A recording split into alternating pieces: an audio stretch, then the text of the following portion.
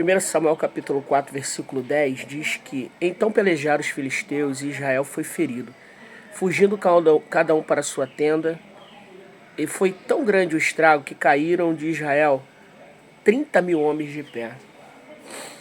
O versículo que acabamos de ler fala sobre uma guerra que aconteceu entre Israel e os filisteus.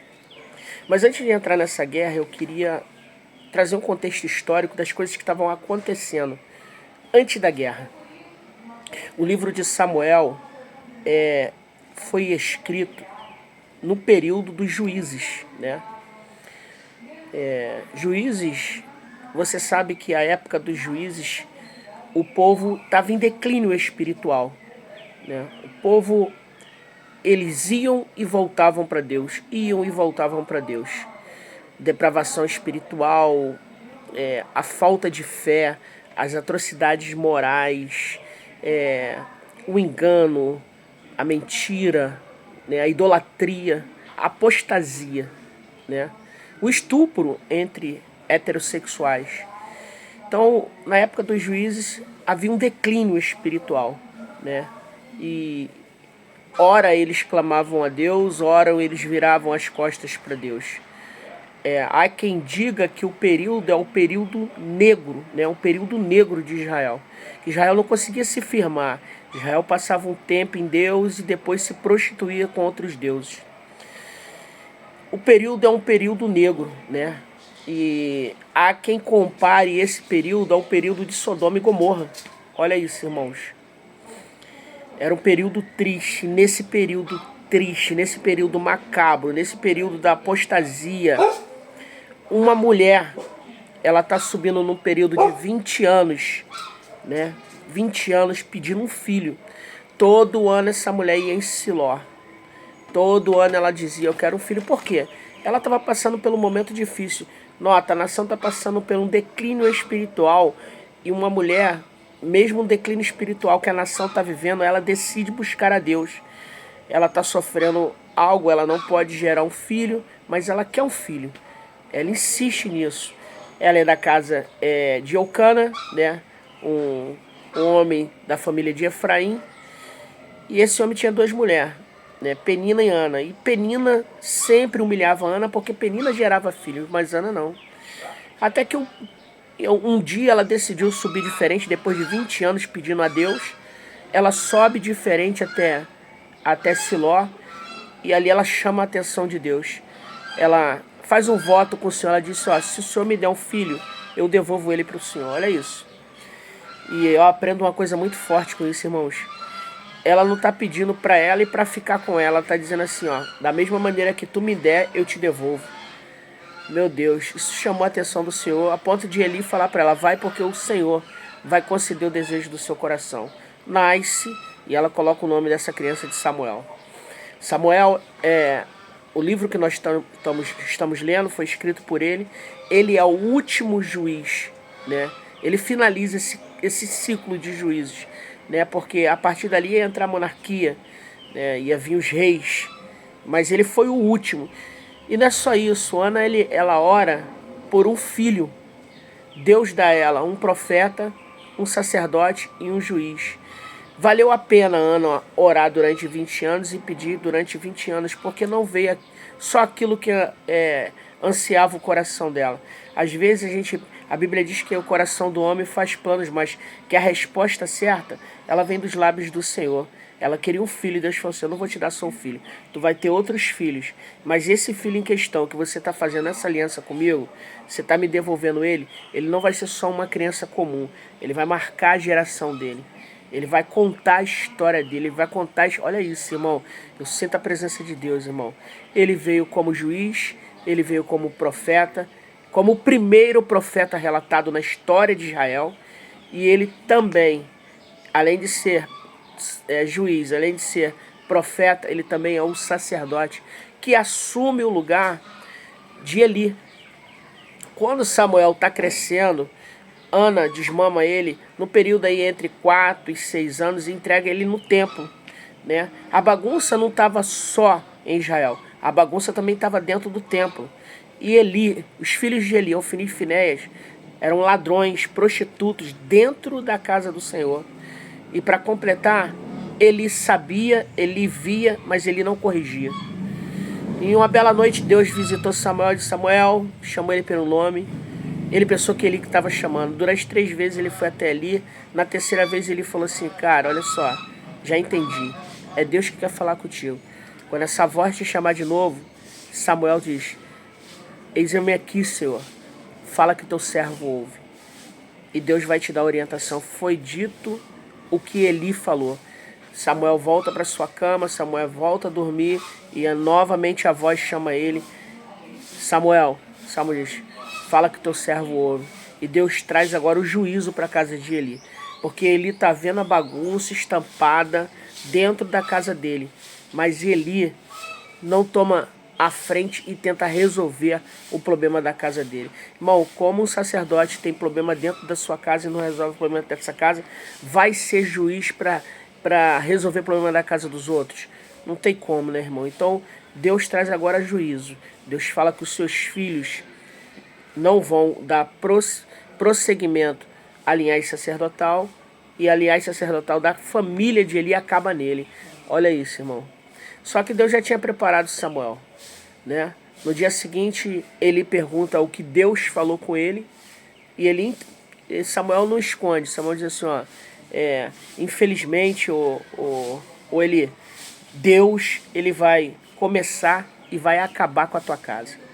Entendeu? A partir de hoje, vocês não vão dar prosseguimento à linhagem sacerdotal da sua casa, tá? Ele entende por quê? Porque ele está vendo o pecado dentro da casa e não corrige, irmão. Ele sabe que Deus, ele é misericordioso, mas, irmão, está se repetindo, está sendo conivente, entendeu? Então Deus fala assim, não, eu vou riscar isso, cara, não dá mais, não dá mais. A Bíblia diz no capítulo 4, no capítulo 3, do versículo 15 em diante, que Samuel está crescendo e nenhuma das palavras de Samuel caía por terra. Nenhuma das palavras que Samuel proferia, Deus não respaldava, Deus respaldava todas. E o capítulo 4, que nós lemos, o versículo, Samuel reúne o povo e dá uma palavra para o povo. Samuel chega... os teólogos falam que, os estudiosos da Bíblia Sagrada falam que Samuel chama o povo e fala sobre o juízo da casa de Eli, que a partir daquele dia Deus tem colocado ele agora para dar uma nova direção para Israel. Israel sai a peleja contra os filisteus, né? E acampa ali em Ebenezer, e os filisteus acampam em África. E o que acontece? Já em ordem de batalha, né?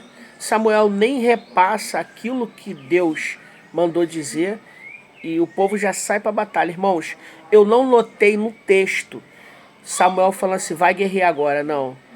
Eu notei que o povo sai, o povo escuta que Samuel agora é o que está dando continuidade para arrumar a bagunça da casa de Eli. Não da casa de Eli, mas para tirar o pecado de dentro do templo e começar um novo avivamento dentro de Israel. O povo agora se levanta e sai para a peleja. O povo escuta isso e, não sei, vamos guerrear. E não vai guerrear contra qualquer pessoa, vai guerrear contra a pedra no calcanhar deles. Os filisteus, durante anos, dentro do período de Juízes, sempre foi a pedra de tropeço, a pedra no calcanhar de Israel. A Bíblia diz que eles vão para a batalha, e quando eles chegam na batalha, irmãos, eu não vejo ali dentro daquela batalha Deus dá ordem para eles guerrear. Não vejo. Eu não vi em momento nenhum no texto. Eu já li esse texto várias vezes, eu não vi em momento nenhum Deus falar isso. E ali morre, meu irmão, 4.000 homens. Eles voltam para casa triste, magoado, porque perderam pessoas. Perderam entes queridos. Saíram para... Pô, Israel é o povo do Senhor. É a nação escolhida de Deus. Vai para uma guerra, eles vão para ser campeão. Vão para ganhar, vão para vencer. Só que, meu irmão, eles voltam com uma vergonha, uma derrota vergonhosa. E 4.000 pessoas morrem. E de repente, na mente deles, pensa comigo, parece que Deus mandou a gente para uma emboscada, para uma furada. Que é o coração deles. O coração deles é esse. Estamos numa furada e Deus permitiu a gente estar dentro dessa furada. Perdemos aonde deveríamos ganhar. Que isso, irmão? Quem serve a Deus, quem anda com Deus quer ganhar, pô, quer vencer, é normal, pô. O nosso Deus é o Deus dos deuses, pô. Só que eles voltam com esse sentimento, cara. Será que Deus mandou a gente pra furada? Por que perdemos aonde deveríamos vencer? O sentimento que eles estão é, cara, o que faltou? O que faltou? Porque às vezes a gente é assim, a gente vai pra uma situação, irmão, que tá certo. Você, não sei se já aconteceu contigo. Tu foi pra uma situação que parecia assim, tava certo, pastor. Ia dar bom. Só que não sei o que aconteceu, deu ruim. Qual é o sentimento que tu volta? Frustração. Tu orou. Não é o caso deles, mas eu vou falar o teu caso. Tu orou, tu jejuou, tu buscou a Deus, mas chegou lá, não deu. Irmão, normal, cara. Ninguém vai ganhar tudo e ninguém vai perder tudo. Às vezes Deus traz derrotas para nossa vida. Pega isso. Deus traz derrotas para nossa vida para nos amadurecer, cara. Às vezes Deus quer nos amadurecer. O sentimento dele é, esquecemos algo. Vamos para uma guerra e parece que a gente esqueceu algo. E esqueceram, irmão. Sabe por quê? Quando eles voltam, eles fazem aquela reunião, chamam os anciões. Eles não chamaram nem Samuel, eles não procuraram Samuel. Eles procuraram os anciões. Chamaram os anciões e... O que esquecemos? O que faltou dentro dessa guerra? O que faltou dentro dessa peleja? Por que não conseguimos vencer? E alguém se levanta e... Já sei, pô. A arca. Vocês foram com a força do braço de vocês, cara. Vocês foram... E a gente é assim, irmão. Às vezes a gente sabe um pouquinho mais, vai para uma situação por causa do intelecto. Às vezes a gente tem um pouquinho mais de força, vai pela força do nosso braço. Mas se esquece, pô. Não vivo mais eu, Cristo vive em mim. Tem coisas que eu não tenho que ir pela força do meu braço, pelo meu intelecto, pela minha sabedoria carnal, humana. Eu tenho que ir se Deus falou para mim ir. Se Deus falou para mim, eu vou. Se Deus falou, para. Eu sei que tu tem força para encarar isso. Eu sei que tu tem intelecto para encarar isso. Eu sei que tu tem personalidade para se posicionar diante disso. Mas não é a hora. Não vá. Fique parado. Porque às vezes, irmão, eu sou mais forte do que o inimigo. Mas se eu estou debaixo de uma desobediência, o inimigo é mais forte do que eu no meio da guerra.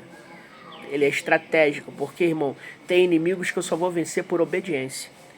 Eles voltam frustrados e agora eles lembraram, faltou a arca. Vamos voltar de novo para a guerra.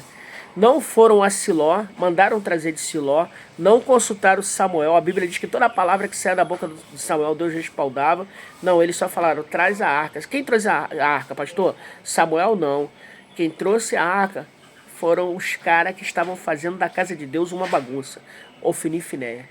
Eles trouxeram uma arca, os bagunceiros. Os prostitutos, os ladrões, os mentirosos pegaram a arca, colocaram a arca no ombro e trouxeram a arca. Levaram agora para o acampamento na guerra. Quando a arca chega, aquele júbilo. Por quê? Porque o que faltou está chegando. O que está chegando? A arca. Irmão, foi um barulho tão grande que estremeceu a terra. Colocou medo até nos filisteus. Só que é o seguinte, irmão. Quando alguém se posicionou no meio dos filisteus e chamou o povo a responsabilidade de entrar para a guerra, não se amedrontar pelo aquilo que está acontecendo, 30 mil homens de Israel morrem. Nota que começou com 4 mil. 4 mil homens morreram. Agora trouxeram a arca. Agora, com a arca dentro da guerra, no meio da guerra, morre 30 mil pessoas. Israel é envergonhado, Israel foge, Israel vai para casa. Eli cai da cadeira e morre com a notícia que chega até ele. Uma mulher de um dos filhos de Eli dá a luz e morre. Nota, irmão, olha o que aconteceu. Tudo por causa da bagunça, do declínio espiritual em Israel. Eu falei sobre isso, eu falei que era uma guerra. E na guerra a gente aprende algumas coisas. Esse texto fala sobre algumas coisas de guerra e coisas que eu quero tirar ensinamento para mim e para você. Tem guerras que vão revelar. Eu escrevi 8 coisas, mas tem muito mais. Mas 8 coisas que guerras vão revelar. Número 1, toda guerra vai revelar quem sou eu. Olha isso, irmão. Toda guerra vai revelar quem sou eu. Eu sou o deprimido, o ansioso, o medroso.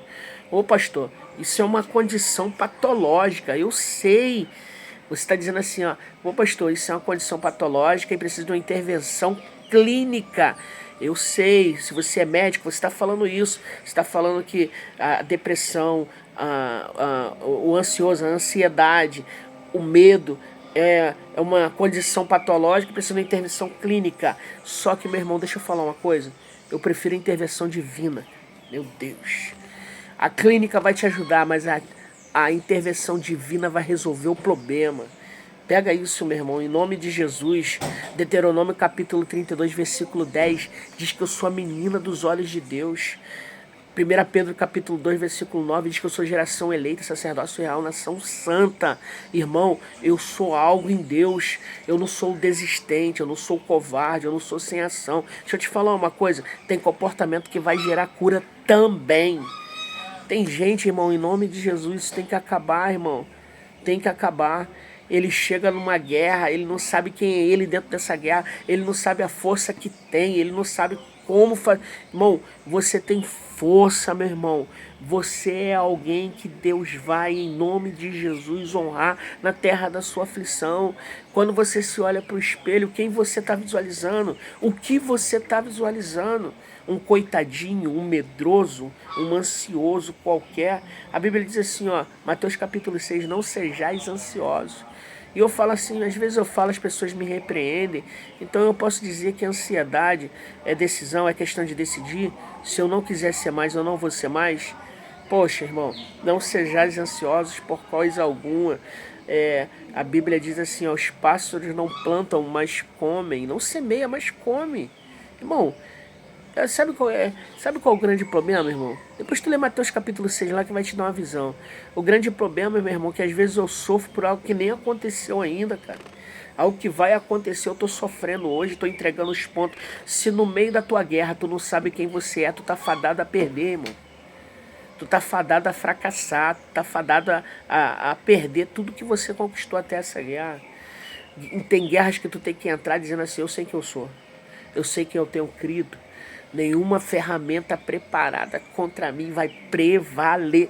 Meu Deus do céu. Pega isso pra tua vida. Pega isso pra tua vida. Quando você entra numa guerra e sabe quem você é e quem você serve, não tem guerra que te para. Não tem guerras que vai fazer você desistir. Não tem guerras que vai fazer você olhar pra trás. Então a primeira coisa que você tem que aprender, quando você entra numa guerra, quem é você? Você é o coitadinho? Você é aquele que vai desistir? Você é o ansioso? Você é o que olha para trás? Você é o que fica analisando o tamanho do inimigo? Ou você é aquele que já está preparando já as estratégias, já está preparando as armas, já está preparando já tudo para vencer essa guerra? Pega isso para tua história. Se você entra numa guerra derrotado, com cara de derrotado, com sentimento de derrotado, você vai ser derrotado. Se você entra numa guerra com medo, você vai ser derrotado. Mas se você entra crendo que você está nessa guerra, porque Jesus te colocou dentro dela para soprar o teu nome, tu vai vencer essa guerra. Pega essa palavra em nome de Jesus, tá? Eu tenho que saber quem eu sou dentro dessa guerra. Bom, eu vou liberar só esse hoje. Nos próximos vídeos eu libero os outros 8. Pega esse vídeo aí, ficou um pouco longo, mas visualiza tudo. Depois veja esse vídeo. Em nome de Jesus, você nasceu para vencer.